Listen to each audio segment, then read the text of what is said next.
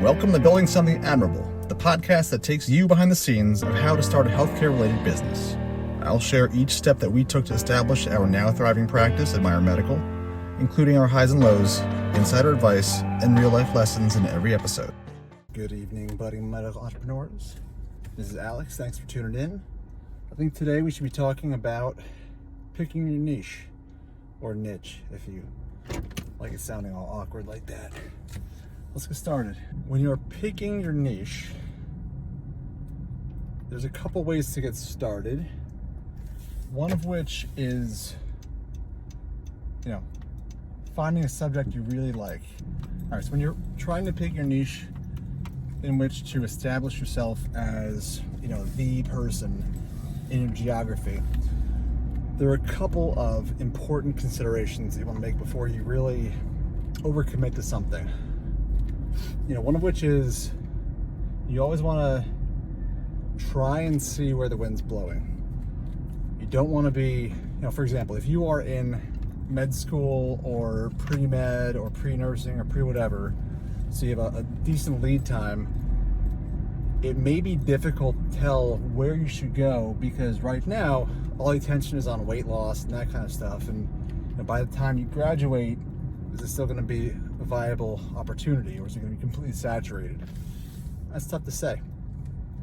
So as you get closer, I'd say that's when you should start to really focus on differentiating based on where you think the market is.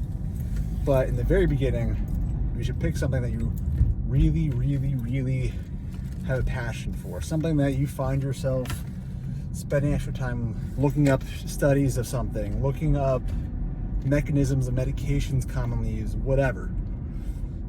And that's really, a great way to figure out what the heck you can completely obsess over enough to be the expert of that thing, okay? Obviously, you can be super broad at first, and that's actually what you should be doing. So this works better with examples. For me, when I was first getting into med school, I knew I had interest in musculoskeletal system, having been a meathead since I was like 15 years old, but also neurologic systems. So really, really just thought the brain and neuroplasticity are like the coolest things ever. So if I knew more about medicine at that time, I would have said I should be a physiatrist. Had I known that there was a thing called that, I would have gone into med school knowing exactly what specialty I wanted. However, at the time, I had some false ideas over what different specialties would be like, and I was like, I love the fast pace and the no call and the no follow-up aspect of emergency medicine. It seems so cool, and everything you do, it pays well, and you have some flexibility to stack your shifts so you can have a week off but not take vacation time and all the usual stuff. And for some, that might be still a very much a thing and cool. However, I think it was probably the first 15 minutes of doing my emergency medicine rotation shadowing as a first-year med student, and I walked in and it was the most disorganized, smelly place I'd been in the hospital, and immediately knew that was done. Not a chance. So that took that off the list. At that point, I was also starting to really get into the technology of the myoelectric prosthetics. I was like, that is the coolest thing in the world, and I wanted to literally build an Iron Man suit. If I learn how to do this, then I could probably learn how to build exoskeletons based on the knowledge of how myoelectric implants work. So, if we can put these things in peripheral nerves, then why can't we do that in a fully intact limb and instead be able to move some enormous suit that's going to be powered, and so you can lift insane amounts of weight and fly? Well, a couple issues with that, one of which is I thought that orthopedic surgeons would be the one doing that, and then I had my ortho rotation and was like, these people are kind of too serious for me. Strike one. Starts way too early. Strike two. And there were too many douchey personalities there as well.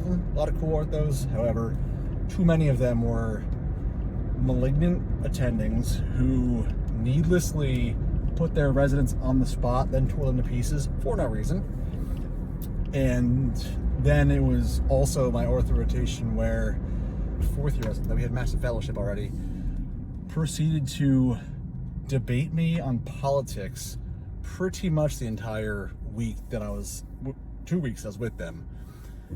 But the good of it was that he also brought me into his coolest surgeries, took me under his wing. We had a patient syncopized in our clinic, and he demonstrated his ortho chops by panicking and trying to call 911 from inside of a hospital. So that was a unique environment, but it was my impression that that kind of a deliberately confrontational for 2 weeks straight to a med student personality would be a thing in ortho, and so I was already kind of turned off to that too.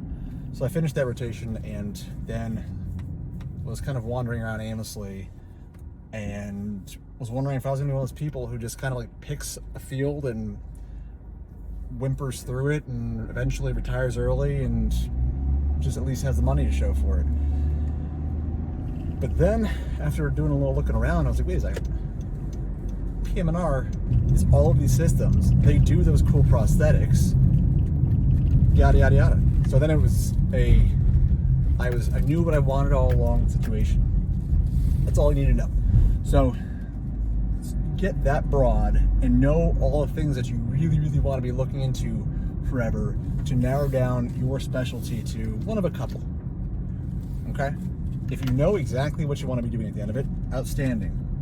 Instead, your plan should be, how do I get to that point with the least opportunity cost, so shortest residency and fellowship, with the least stress. So, for instance, you can get to be a sideline sports medicine doc through ortho, through family med, through PM&R.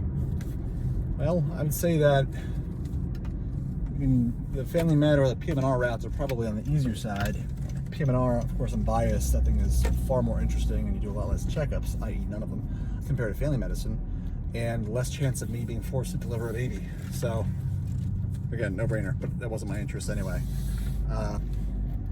So that's step one. And I'm pulling back into work right now, so we will go into step 2 on my drive home. Thank you for listening. As always, I hope this is beneficial for you.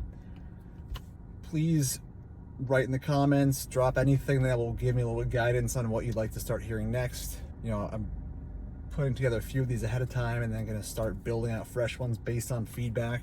So, you know, if you want me to talk less and reference other things more, I can do that. If you want to hear more esoteric stories of me in the OR and how uncomfortable I was in those ortho spacesuits, we can talk about that too. Either way, I just appreciate your attention. Best of luck. Stay tuned for more insider advice on building something admirable. Don't forget to like, share, and subscribe below.